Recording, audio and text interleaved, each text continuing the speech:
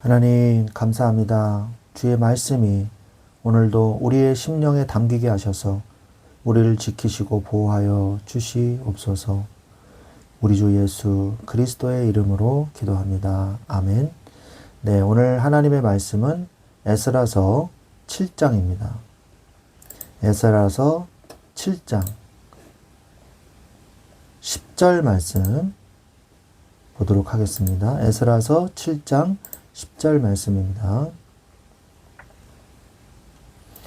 에스라가 여호와의 율법을 연구하여 준행하며 율례와 규례를 이스라엘에게 가르치기로 결심하였더라.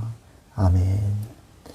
네, 오늘 7장 10절 한 절이지만 많은 의미가 담겨 있습니다. 오늘 말씀의 먼저 제목은 연구하여 준행하며 가르치라. 이 제목으로 우리가 말씀을 누리기를 원합니다. 연구하여 준행하며 가르치라. 이 세 가지 기억하시기 바랍니다. 성전 건축이 마무리된 후에 이스라엘 백성들에게는 또 다른 과제가 놓여 있었습니다. 그것은 눈에 보이는 성전을 채울 영적인 내용을 회복하는 것이었습니다.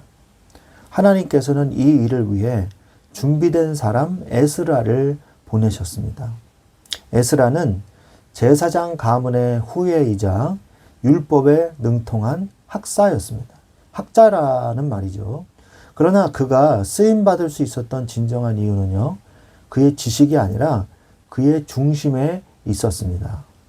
본문 10절은 에스라가 여호와의 율법을 연구하고 준행하며 가르치기로 결심했다고 말씀을 하고 있죠. 매튜 헨리는 이에 대해서 에스라가 율법을 깊이 묵상함으로 자신의 마음을 먼저 준비했다고 주석을 하고 있습니다. 박윤석 이 주석 역시 이것이 포로 귀환 백성들의 신앙적인 정체성을 확립하는 기초가 되었다고 설명하고 있습니다. 오늘 말씀을 통해서 우리 또한 말씀의 연구자와 준행자 그리고 전달자로서 서는 그런 은혜가 있기를 바랍니다. 오늘 말씀에서 성경에서 우리가 성경을 다시 보면요, 에스라가 율법을 연구하여 준행하며 율례와 규례를 이스라엘에 가르치기로 결심하였다라고 나오죠. 연구와 준행은 우리가 쉽게 알 수 있는 말인데 여기서 보면은 율례와 규례라는 말이 나오거든요. 율례는 뭐고 또 규례는 뭡니까? 율례는요, 토라를 얘기하는 거예요. 토라는 창출 레민신 5권의 책 모세 오경을 얘기하는 거죠. 그래서 율례와 규례를 가르쳤다. 규례는 하나님께서 절대적 권위로 제정하신 명령, 정결법과 제사법을 얘기하는 거예요. 물론 이것이 토라 안에 들어 있습니다. 그런데 토라 안에서도 특별히 정결하는 법과 제사하는 법에 대해서 따로 정리해 놓은 것을 율례라고 하거든요. 히브리어 그 원어로는 호크라고 그러거든요. 호크. 그래서 변경할 수 없는 종교적 의미와 관련된 확정된 법규. 그러니까 자신을 정결하게 하기 위해서 꼭 필요한 법이라는 거예요. 물론 토라에도 들어있지만, 그래서 율법은, 이 토라는 포로 귀환한 백성들의 정체성을 확립하고 신앙의 기초를 회복하는 데 필요한 책이고요. 율례는 뭐예요? 율례는 다른 민족과 구별되기 위한 하나님의 백성으로서 정결하게 하고 제사하는, 절기를 지키고 제사하는 데에 중요한 이 역할을 하는 법이라는 거죠.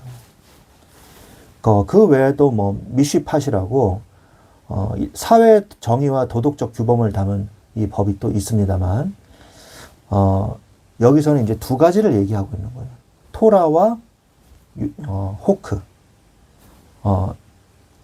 모세 오경 법과 정체성을 확립을 위한 법과 그리고 정결을 위한 제사를 위한 법규. 그 두 가지를 얘기한 거예요. 그래서 율례와 규례, 이는 이것을 얘기하는 거고요. 그래서 율례와 규례를 이스라엘에게 가르치기로 결심을 했다는 거예요. 그 말은 무슨 말입니까? 이들이 율례도 약해지고 규례도 약해진 거예요. 그래서 뭐 지키나 마나한 법들 이런 식으로 된 겁니다. 그러면 어떻게 될까요? 이들이 결국 흡수되겠죠. 이방 민족들과 혼합되겠죠. 이미 그런 일들이 벌어졌어요. 그래서 에스라가 이스라엘 백성으로서의 정체성을 그들에게 확립시켜주기 위해서 자신이 먼저 하나님의 율법을 연구를 해서 율례와 규례를 가르친 겁니다. 율례와 규례를 가르친 거예요. 자, 그래서 율법을 먼저 연구해서 정결법과 사회 정의 도덕적 규범을 담은 법을 미슈팟을 이 백성들에게 가르쳤다는 사실을 우리가 볼 수 있습니다. 그래서 일단 에스라서 7장의 내용을 우리가 좀 더 전체적인 내용을 좀 어떤 내용이 담겨 있냐 보면 성전 완공 후에 약 60년이라는 세월이 흘러요. 60년이라는 세월이 흐르고 아론의 16대 손 에스라가 바벨론에서 다시 오게 됩니다. 그는 율법에 익숙한 학자로서 여호와의 율법을 연구하고 준행하면서 가르치기로 결심을 하게 돼요. 이 하나님은요, 이 굉장히 귀한 에스라라는 학자를 보냄으로써 이제 성전을 완공하게 한 이후에 그 안에서 이스라엘 백성이 지켜야 할 사회 도덕적 규범과 하나님의 말씀, 율법과 그리고 정결법을 이스라엘 백성에게 에스라를 통해서 가르쳐 주시기로 하신 것입니다. 아닥사스다 왕이 에스라에게 내린 조서가 기록이 되어 있는데요. 그 조서에는 귀환을 허락한다는 것, 그리고 성전 예물을 지원해 주겠다는 것, 성전 사역자들의 세금을 면제해 주겠다. 그리고 에스라에게 재판관을 세워 율법대로 다스리게 하는 권한이 포함이 되어 있습니다. 에스라가 그러면은 총독이었냐? 총독은 아니었어요. 그러나 에스라는 아닥사스다 왕의 굉장히 총애를 받는 이 학자였어요. 그래서 굉장히 큰 권한을 가지고 왕의 특사 자격으로서 총독도 함부로 할 수 없는 그러한 직책을 가지고 예루살렘에 온 것임을 우리가 알 수 있죠. 에스라는 조서를 받은 후에 하나님이 왕의 마음에 성전을 아름답게 할 뜻을 두시고 자신에게 은혜를 베푸셨음을 찬송했어요. 왕께 감사한 것이 아니라요.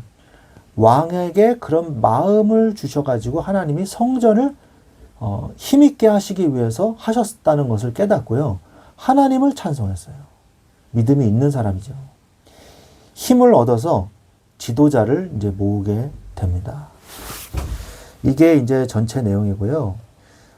우리가 좀 전체 내용을 이제 봤으니까 자세하게 좀 내용을 살펴보면 아까도 제가 말씀드렸지만 율법은 토라죠. 성경 원문의 토라, 즉 창세기, 출애굽기, 레위기, 민수기, 신명기를 말씀하는 것이고요.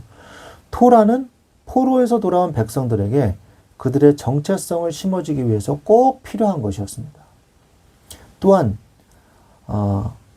율례, 이 율례는요, 호크라 그래요. 호크. 네, 호크. 하나님께서 절대적 권위로 주신 정결법과 제사법을 의미하는 것이고요.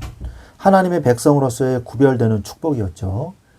또한 규례는 미슈팟이라고 합니다. 미슈팟은 사회적 정의와 도덕적 규범을 담은 합리적인 법이에요. 그래서 뭐 살인 금지, 도둑질 금지, 뭐 재판 규정 등 이런 것들이 나오죠. 하나님의 백성은 그의 삶 또한 거룩함을 말씀해 주고 계십니다. 정결법만 한다고 거룩해지는 게 아니라 삶까지도 거룩하게 살라고 말씀하시는 것이 바로 사회 도덕적 규범인 미슈팟, 규례인 것이죠. 그래서 이것을 그러면 어떻게 해야 되냐? 말씀을 묵상하고 준행하며 가르치라. 묵상하라, 연구하라는 뜻이, 묵상하라는 뜻이잖아요. 그래서 묵상하고 준행하며 가르치라. 이 세 가지가 나오게 됩니다. 말씀을 묵상하라. 이게 어떤 내용일까요? 말씀 자체가 무엇을 말씀하시는지 알아야 돼요. 말씀 자체가 우리가 말씀을 막 이리 쪼개고 저리 쪼개고 막 이리 적용시키고 저리 적용시키고 이제 뭐 그럴 수도 있지만요. 정말 더 중요한 것은 말씀이 스스로 말씀하시는 게 있단 말이에요. 말씀은 살았고 운동력이 있으시지 않습니까? 말씀이 곧 육신이 되어 이 땅에 오셨다고 그랬지 않습니까? 그러니까 말씀은 살아계신단 말이에요. 그래서 말씀 자체가 말씀하시는 거예요. 그럼 말씀 자체가 뭐라고 나에게 말씀하시는가? 이것에 대해서 우리가 깊은 묵상과 연구가 필요하다는 것이죠. 시편 119편 15절에 보면 어떤 내용이 나오냐? 내가 주의 법도들을 작은 소리로 읊조리며 주의 이 길들에 주의하며, 이 말씀이 있어요. 주의 법도들을 작은 소리로 읊조리면서 다시 한번 곰곰이 읊어보고 생각해 본다는 얘기죠. 그렇기 때문에 여러분, 말씀 자체가 나의 힘이요 능력이 됩니다. 말씀이 뭐 적용해서 그 교훈을 얻어서 내가 힘을 얻고, 그게 아니라 말씀을 읽는 것 자체가 그래서 힘이 되는 거예요. 말씀이 완전히 이해가 안 돼도요, 읽으세요. 그러면요, 영적인 변화가 일어납니다. 이게 말씀의 능력이거든요. 말씀이 이해가 안 돼도, 말씀이 잘 믿어지지 않아도 말씀을 읽으세요. 읽을 때 내 영에 어떤 변화가 일어나요. 왜냐? 말씀 자체가 힘이요 능력이시기 때문입니다. 그래서 말씀은요, 완전 어떤 세상에 있는 소설책과 어떤 다른 글자와 어떤 책보다도요, 완전 다른 거예요. 말씀은. 번역이 된다 해도. 그래서 두 번째, 말씀을 준행해야 됩니다. 말씀을 듣기만 하는 것이 아니라 준행하는 것은 믿음에 대한 증거예요. 야고보서 2장 17절에 이와 같이 행함이 없는 믿음은 그 자체가 죽은 것이라 그랬지 않습니까? 그래서 말씀을 듣기만 하면 안 돼요. 반드시 그 말씀을 어떻게 행할 것인지 생각해 보십시오.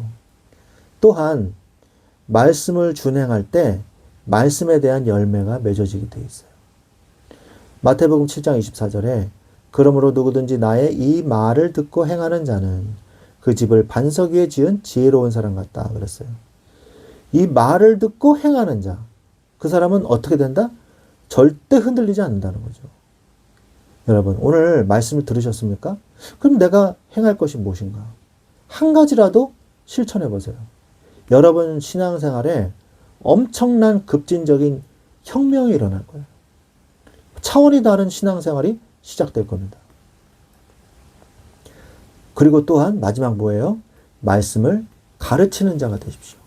말씀을 듣기만 하는 자가 되면 안 돼요. 말씀을 가르치는 자가 되시기 바랍니다. 가르치지 않는다면 말씀은 후대에서 끊어지게 돼요. 그렇지 않습니까? 가르치는 자가 없는데 어떻게 들을 수가 있겠어요?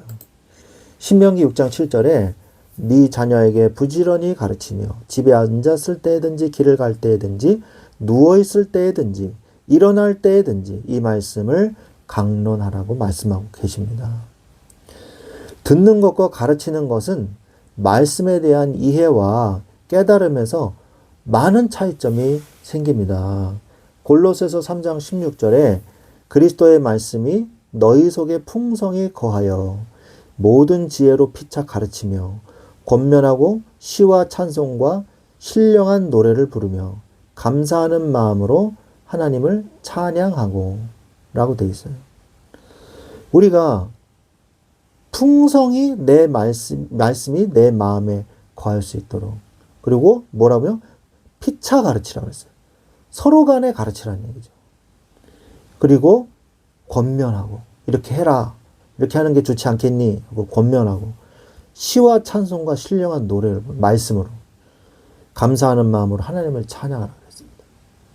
우리가 이러한 차이점이 생기는 것이죠. 그냥 말씀을 듣고 그냥 예배 시간에 설교 시간 그냥 듣고 그 한 절 읽고 그리고 일주일 동안 안 읽어요. 그런 성도들이 너무 부지기수로 많아요. 그러니 신앙생활이 되겠습니까? 신앙이 잘하겠어요? 안 잘합니다. 그리고 맨날 시험 들죠. 하나님 원망하죠. 그리고 늘 갈등하죠. 그런 신앙생활에서 벗어나십시오, 이제. 말씀을 가르치는 것에서 비로소 완성이 되는 거예요, 신앙생활. 그래서 우리가 말씀으로 시작하고 말씀으로 끝내세요. 항상 여러분이 어떤 인생을 시작하거나 어떤 일을 한다거나 어떤 프로젝트를 진행한다거나 직장에서 말씀으로 시작해서 말씀으로 끝나세요. 하루를 말씀으로 시작해서 말씀으로 끝내는 거예요. 이게 정말 멋있는 인생입니다. 매일 말씀을 묵상하십시오. 성경이 무엇을 나에게 말씀하고 계신지 깊이 묵상하는 시간이 필요합니다. 시편 1편 2절에 오직 여호와의 율법을 즐거워하여 그 율법을 주야로 묵상하는도다. 하나님의 말씀을 사랑하면요, 주야로 묵상할 수 있어요. 말씀의 깨달음은요, 말씀에서 뭘 깨닫잖아요. 그러면 그것은 바로 뭐와 연결되냐? 믿음과 연결이 됩니다. 믿음과 연결이 돼요.